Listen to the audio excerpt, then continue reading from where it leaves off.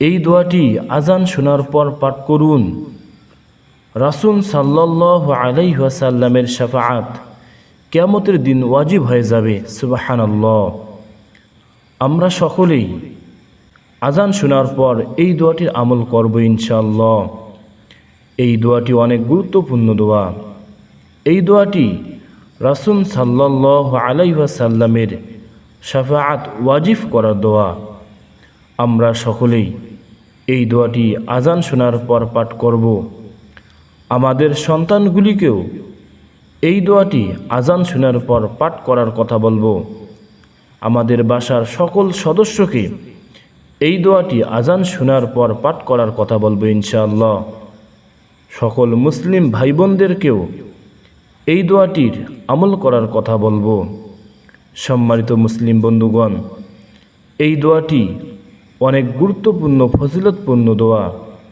রাসূল সাল্লাল্লাহু আলাইহি সাল্লাম তার মহাব্বতের উম্মতকে এই দোয়াটি শিক্ষা দিয়ে গিয়েছেন যে আমার উম্মতেরা আজান শোনার পর এই দোয়াটি পাঠ করবে, আমি কিয়ামতের দিন তাদের উপর শাফাআত করব। সুবহানাল্লাহ।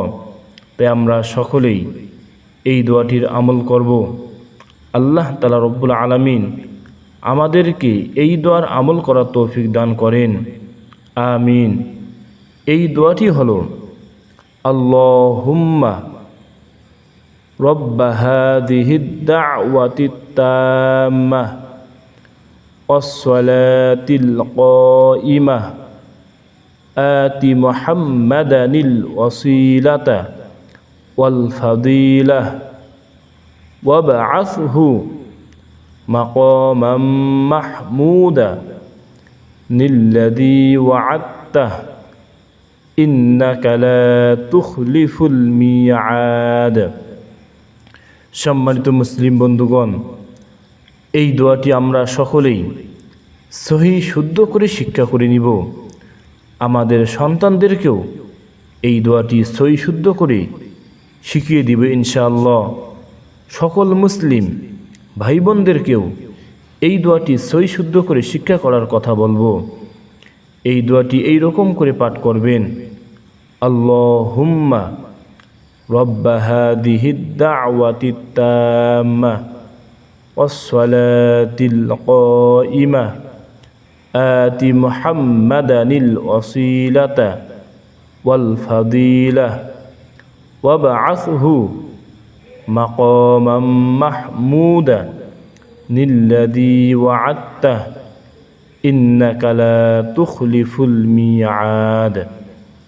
সম্মানিত মুসলিম বন্ধুগণ, আমরা সকলেই এই দোয়াটি সহি শুদ্ধ করে শিক্ষা করে নিয়ে এই দোয়াটির আমল করব ইনশাআল্লাহ।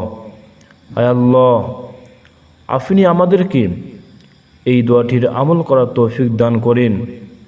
এই দোয়ার বরকতে, আপনার কুদরতে রাসূল সাল্লাল্লাহু আলাইহি ওয়াসাল্লামের শাফাআত কিয়ামতের দিন আমাদের উপর ওয়াজিব করে দেন।